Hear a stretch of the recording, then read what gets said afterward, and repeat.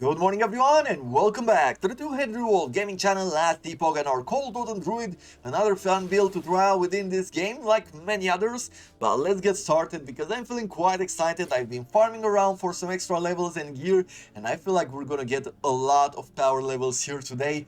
So I'm looking forward to that. But first things first, I am running with two large idols which provide us with 11% chance each to cast Maelstrom every 5 seconds. Is this ring of cold damage which appears every once in a while. I don't know if I'm gonna keep it for long, but for now it will stay in place. The second thing, the huge idol here, it's only providing me with 2% minion melee critical strike chance. That's for the wolves and the vines which appear on the ground quite often. I have nothing better, and so I decided, you know what, let's give them that critical strike chance. It might help in the long run. With that in mind, let's get to the more important stuff. For example, this belt. We talked about it last time. It's offering us some void resistance and some poison resistance, 108 armor, and 17 rage gain every 3 seconds while in Spriggan form. So it's going to help us to stay in this form for much longer. Is this the best belt in the world? No, it's going to get replaced as we get further into the endgame, but for now, it is pretty good, so that makes me quite happy. And then I found this set into the stash. I have a complete set here which is focused on cold damage. It's actually more focused, or it's a better set for a shaman than a druid. However, I feel like the staff still works for us, while the other two items doesn't really, and I'll show you why. So first of all, this two-handed staff is giving us some spell damage, 50% increased damage for totems, and that is pretty awesome, and another plus 7 attunement. Attunement is our main stat. It's not only increasing our power, but it's also increasing the totem's power. So in the end, it's affecting our entire build, and I was pretty happy to throw this in. We get some extra mana, some mana efficiency, some critical strike chance. Spell physical damage doesn't matter for us. We're focused on cold damage, and it's only getting scaled by cold damage. So overall, not the craziest combination in the world, but given that this dual wielding that I'm running with right now doesn't offer us anything specific for minions, basically these two are quite bad for us, it's important to replace it. That 17 to minion spell damage is not enough to... it's not enough of an increase that can't get overwhelmed by 50% increased damage for totems, right? So with that in mind, even for us, look at this. Spirit Thorns, it's at 3001. And if we replace these two items with this stuff, we're at 3200. So that's 200 extra damage. It's definitely better all around, at least for the moment, until we get some better endgame gear that focuses on minion damage. For these other two items, I'm not getting a whole lot. For example, this relic is plus 3 to attunement and plus 5 to all resistances. That is great.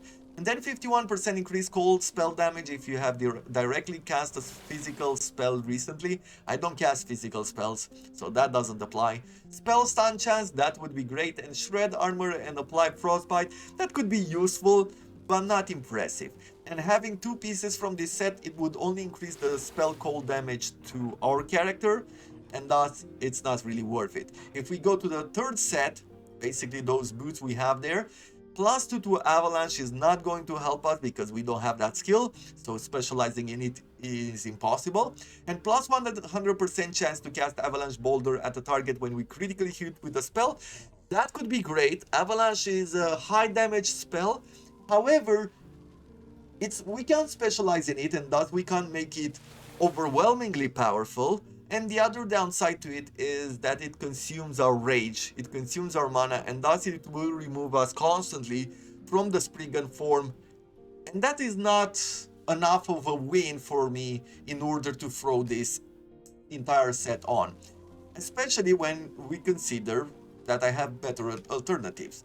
For example, if we talk about these boots, we could get a bit of freeze rate multiplier and a bit more mana efficiency, but other than that, nothing else would be really that great. And these boots, even though they're not the greatest boots in the world, and they will definitely get replaced later on, at least they are summoning vines quite often, So every seconds, if you are moving, you have a 27% chance to summon vines, +1 to entangling roots, which we will get pretty soon. But overall, those vines are adding up to a lot of cold damage and cold damage over time, and thus this is definitely better than having these boots.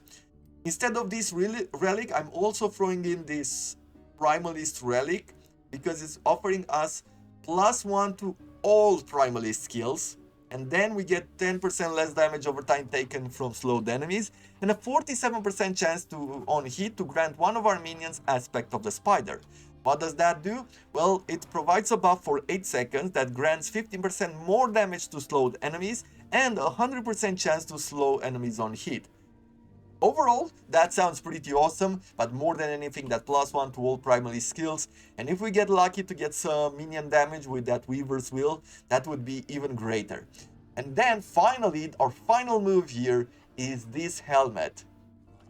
We get 170% freeze rate multiplier, +1 to maximum companions, and +2 to all minion skills. What are all the minion skills? Well, Spriggan is a minion skill, Druid Totem is a minion skill, Spriggan form is also a minion skill, and thus we get 2 more points in this form, and that is great, and whatever other minions we might decide to use.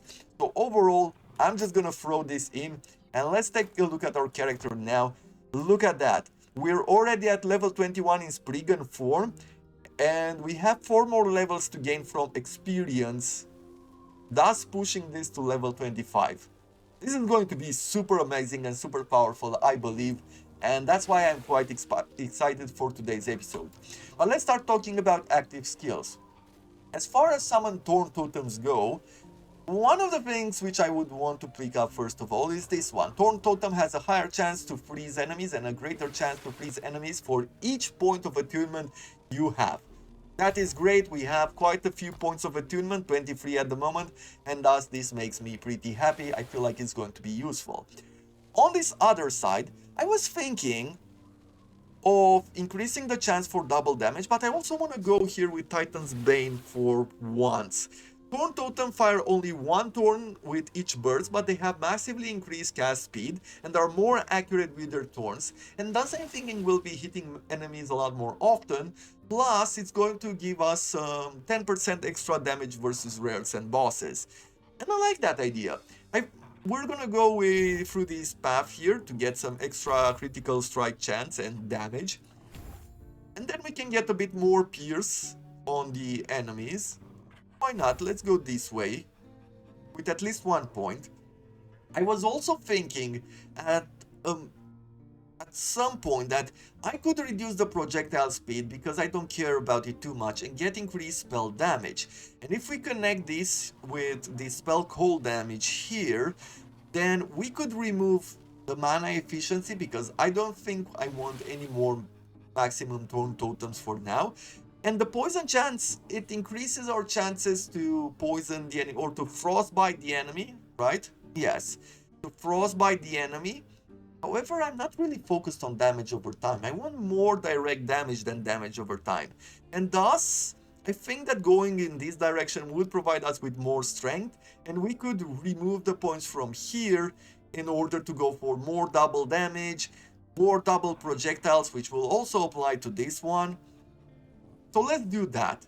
So we need 2 points here, and I need another 3 points on this one to be connected here before we can start removing these points here. But either way, we still have places to get experience going forward, so we're not hurrying on that side. For Maelstrom here, I went and invested 4 points in chill chance per second. I've got this tsunami summoned at 0 strikes, 0 stacks. I don't know, this doesn't appear this often as this moment, even with the chance to cast Maelstrom on kill at 25%, so that's why I'm not really sure if I'm gonna keep it, but there's something that I can do with the Spriggan form to get more Maelstrom, and we shall see if that is effective or not. With the other points, I want to get some freeze rate multipliers here and some extra damage to chilled and frozen enemies as soon as we're getting some extra points. Spriggan form. This is the most important part of this. I found where I could automate the entangling roots. You can have additional maximum veiled spirits, which you can get through these 3. And when you directly cast Spirit Thorns, which is our basic attack, you consume them to cast entangling roots at the target area and you regain rage, which deals more damage when you cast this way. So overall, getting more rage and casting entangling roots, which I really liked as a skill, but I thought I could not automate. So with the points that I have right now, I am going to go here. You gain Rage and Ward when you directly cast Spirit Thorns and hit at least one enemy. You could now summon a Veil Spirit every 5 direct casts with Spirit Thorns up to a maximum. So we're gonna go with this one right now. We need 3 points here. And then we're gonna get 1 point for casting Entangling Roots. With the other point, the final point, I am also going to go here. You have a chance to cast Maelstrom on you when you directly cast Spirit Thorns. So we shall see whether this helps us get more Maelstroms around us. I tried to play with the Wolves, trying different combinations. Unfortunately, I don't feel like they are that strong. And given that we can now cast Entangling Roots at a nice power level, let's go in this direction. And what do we want it to do? Well, first of all, we definitely want to focus on cold damage. So this is what we're going to do for right now. And then what do we want to do? We have 5 more points. We could get some healing to our allies, but I don't think I really care for it.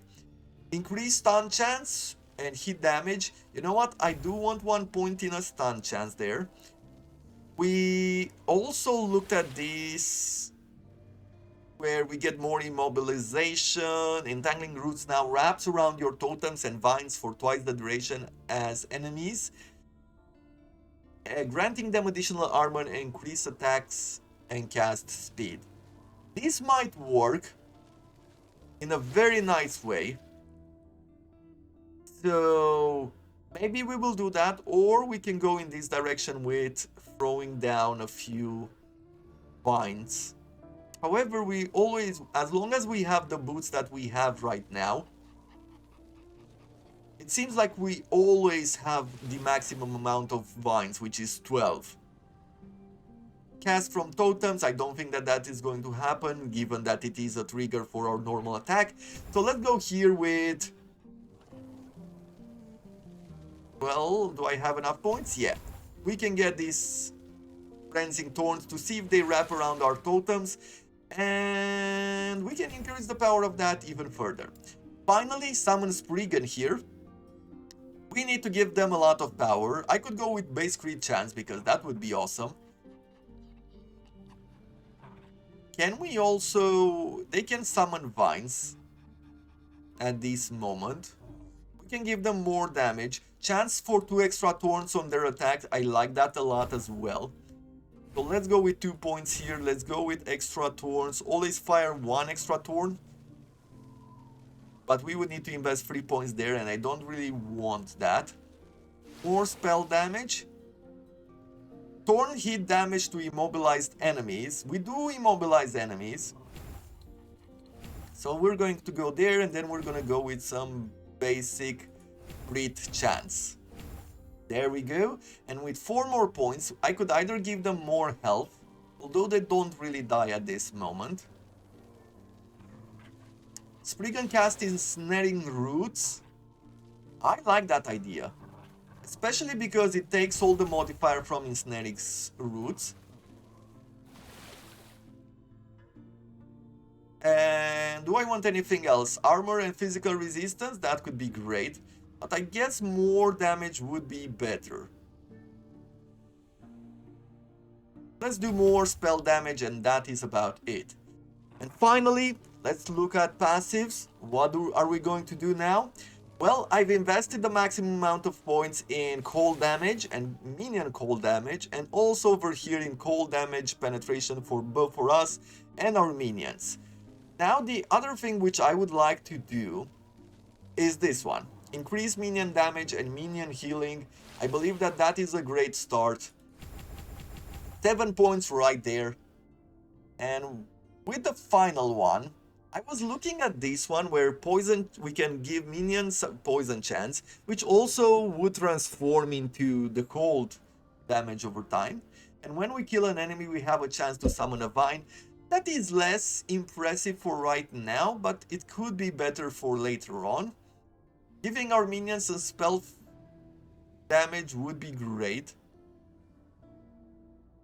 But I think what I want to do is go here. More endurance, more armor, some minion armor when we invest 5 points, but more importantly getting here chance to cast Stone Shield when we are hit.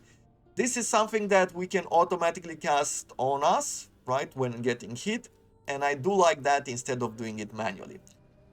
That is all, almost.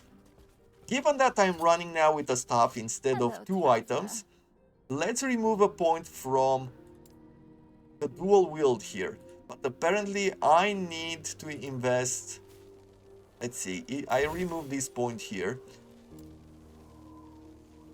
I'll remove, can I not remove? I cannot remove without investing another point in this area. Let's increase the minion damage first. Hello, traveler. And then I'll remove this dual wielding because it's offering us 9% extra damage taken and we do not want that. It's while dual wielding, so I guess it wouldn't really create much of a problem, but either way, let's give our minions more damage and that's about it. And now we're gonna be running some maps, fighting a boss, and we shall see how much power we have gained. I am quite excited, to be honest. I think we're gonna be melting the battlefield, but you never know until you actually see it in action, right? I will keep a wolf with us just because I can't think of a better choice at the moment. Maybe Fury Leap? But no, I'm leaving this form. I could even do something like summon a raven. Where are the ravens or the crows? We can summon a crow as well, right? Because when I change in the form, it doesn't matter. The skill selection is different, so I can keep the free minions with me. Let's go on one of these maps. It doesn't really matter where I'm going. Let's go for some shards.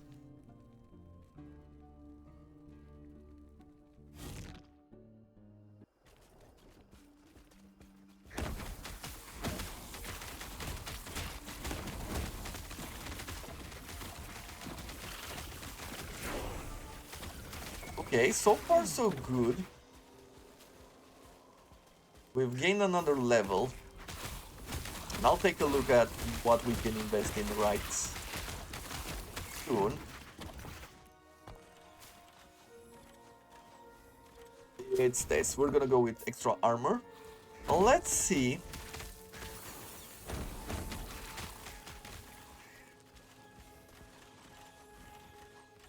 Now, it did say that they are casting faster. They're a bit more accurate, definitely. But is that accuracy interesting enough for us? I don't feel like I like this.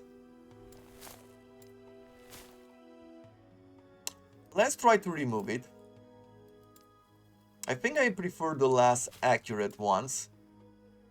We shall see if that amount of damage is better. I haven't seen entangling roots happening too often at this moment. Shall we go with more freeze rate or shall we go... Let's go with cannot be dodged for right now.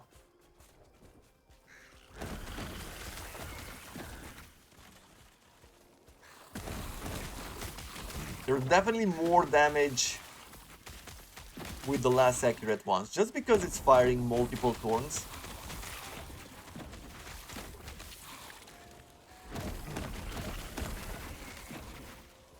I can understand having less of a burst and probably the 10% extra damage to rares.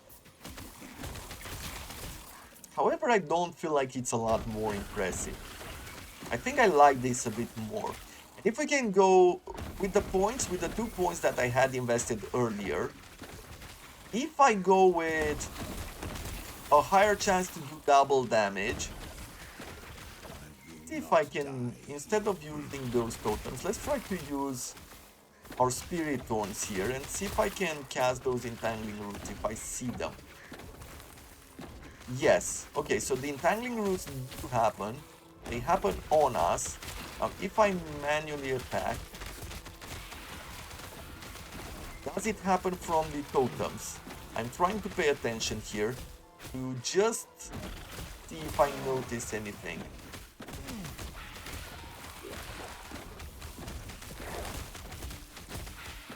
No.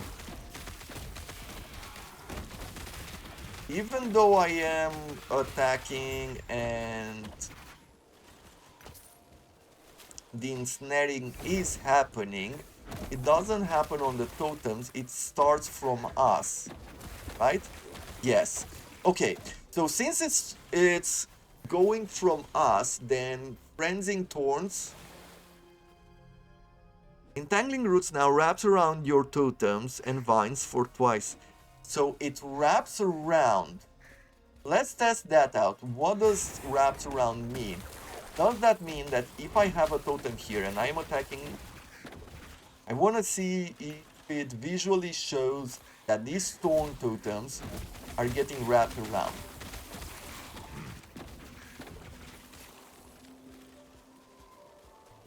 Let's go, let's go. Let's try to find a bigger mob somewhere here. Good.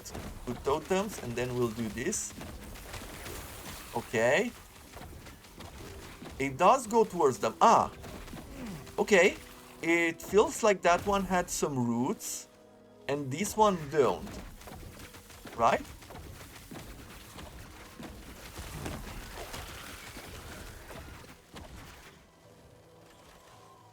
I believe that there is a visual aid. Let's try this again. So, putting down a few totems, we're going to melee attack here.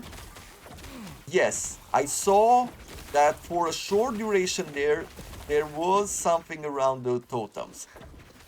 So I guess they do work.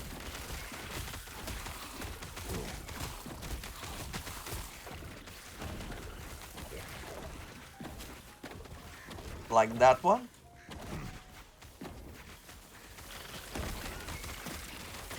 I'm really hoping that that is the case and I'm not just making movies in my head. We're gonna try it a few more times. There are roots already. I think I know of a better test. Let's go back in human form. We're gonna change this to a totem. Where is it? Here it is. So we'll do that and we'll go with entangling roots here. So the idea would be that I put down a totem and when I do entangling roots, okay, when I do entangling roots, there's nothing visual there. But in theory, this should be happening, right? Entangling roots now wraps around your totems and vines for twice the duration as enemies, granting them additional armor and increased attack and cast speed.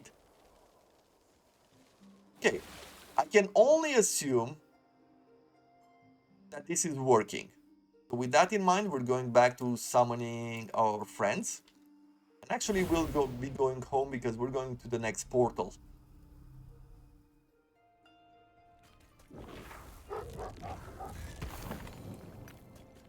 Good, let's go in Spriggan form already. We'll be catching everything that it has to do with minions and I'll be taking a look at them after the episode. For entangling roots then, let's maximize the potential of this. Getting that extra power would be awesome. And I need to run one more map and then we can go to the boss.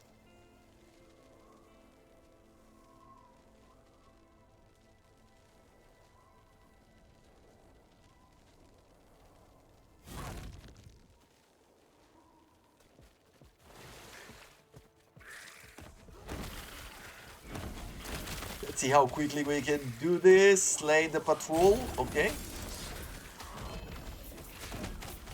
Where is the patrol?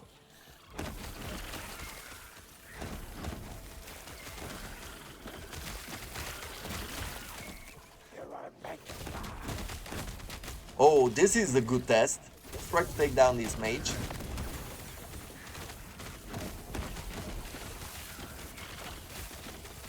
Come on, roots.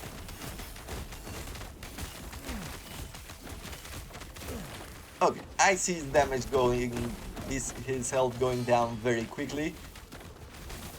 Is it the quickest? No. And I think that what I definitely want going forward is more double damage. More double damage, probably a bigger Torn set.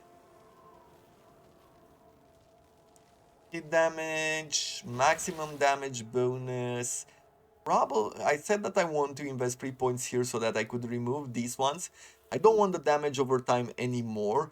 We're gonna go with more critical strike chance, higher damage there, the double damage. And maybe this one with Torn Totem cast speed and range. I think that that might be the way that I want to go forward here. But for now, let's go with more spell cold damage on that one and the more power to Torn Totems.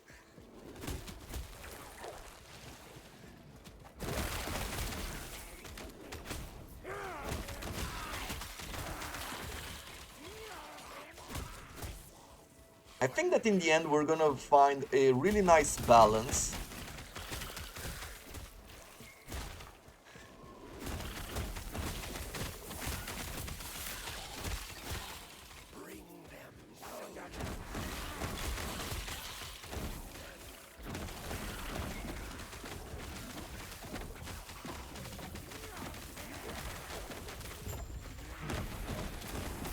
That was easy. Well, I think the ultimate test for today will be to fight a boss.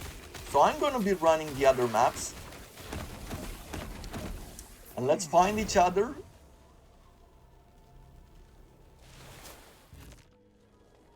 Let's assign 4 more skill points and then take on a boss. As far as Maelstrom goes, it's one of those abilities which I haven't been paying attention to during these episodes, and maybe I should be paying a bit more attention because it's taking on a specialization slot and we might need to figure out what we want to do with it. The only other options I have instead of Maelstrom is to either summon crows or summon wolves. The reason why these are the only option is because any of the other primary skills we cannot use while in Spriggan form, and thus it's not really helpful. I want to stay in Spriggan form for as long as possible. And I'm already specialized in Summon Spriggan, I'm already specialized in Entangling Roots. At this point, other than going in another form, we have no advantage with the other skills. On Summon Wolf side, there are some skills that are covering cold damage, and we could get some extra wolves to increase the pack, but then there's nothing else left for us that would really increase the power of our character or of our build. With Howl, the wolf's ability, which can be automated to activate on kill, it's not really that great because it's offering us only extra melee damage and melee attack speed. So it's not really helping our totems. It would only help the wolves and divines which we summon on the ground, but that's about it. So it's not a huge gain that we gain by going with wolves. If I go with storm crows, once again, I could go with cold damage and there are some multipliers to freeze, and thus I feel like this might be slightly effective. And there are a few buffs which could also be useful. However, this one where we can make the crows buff the totems, it's only gives them Wisdom of the Storm, and Wisdom of the Storm actually applies the aspect of the crow, which means that the totems will be getting spell lightning damage per stack, and we're not focused on lightning, so that extra lightning damage doesn't really add up to our build. In the end, maybe I can just make them heal us, but is that great? Is that a great addition to one minion? I don't know. We shall see. Either way, I think the only thing which I really care about at the moment is to get a few more of these Veil Spirits so that we can summon a few more. Yeah, you can have additional maximum Veil Spirits when you directly cast Spirit Thorns. While at maximum Veil Spirits, you consume them to cast Entangling Roots. So in order to get a few more Entangling Roots, we should go with Cycle of Life. Your healing totems have a chance to summon a Veil Spirit when they die. And they do die quite often. In the end, right, they despawn. And thus I'm thinking that this is going to help us get more Entangling Roots. Either way, let's fight the boss and see how it goes. There's a lot of complexity to this build. There's a lot of connecting lines that I see happening. But there's also a lot of unknowns, I guess, for the moment. Maybe in time we will find out more. I'm sure we'll find out more information as time passes, but either way, for now, so far so good, let's say. Not a huge amount of damage, especially on buildings, unfortunately. Let's see if I can put down a few more vines, and we're doing a lot of damage over time. Yeah, that works. Also because I do have some buffs which increases the damage that we are doing on enemies with a lot of chills. And so doing something like this is actually the way to go from what I can tell. I should probably look for more totems which, or not totems, idols, which apply chill. Let's get into the middle part because there's a lot of necrotic on the edge. But apparently we're doing a lot of damage to the boss as it is. Let's also put down a few more vines near him to make sure those chills stack up. And look at that. We're at 130.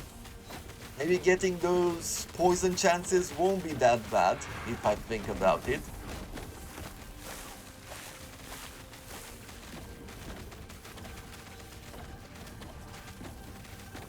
I think for right now this is good.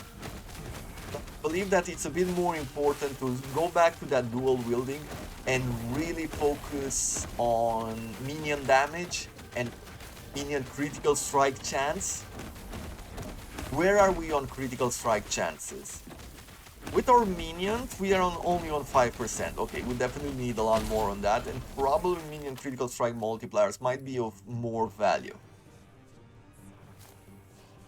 But that is it for today as far as these characters go. I like it. I really like it. I hope that you do too. Just because... What do we want? Huge idol, gold drop, or unique drop? I think I want more uniques rather than anything else. I hope you have enjoyed this episode. I'll keep farming here, and I'll return in the next one with a lot of levels. I will be getting at least to level 70 when we can replace our equipment with some of these. Just because of the amount of power that it gives our totems. 1% critical strike chance for totems per intelligence. I should be looking at increasing intelligence if I have the possibility to do so, because talking about critical strike chance, that might be the best way forward.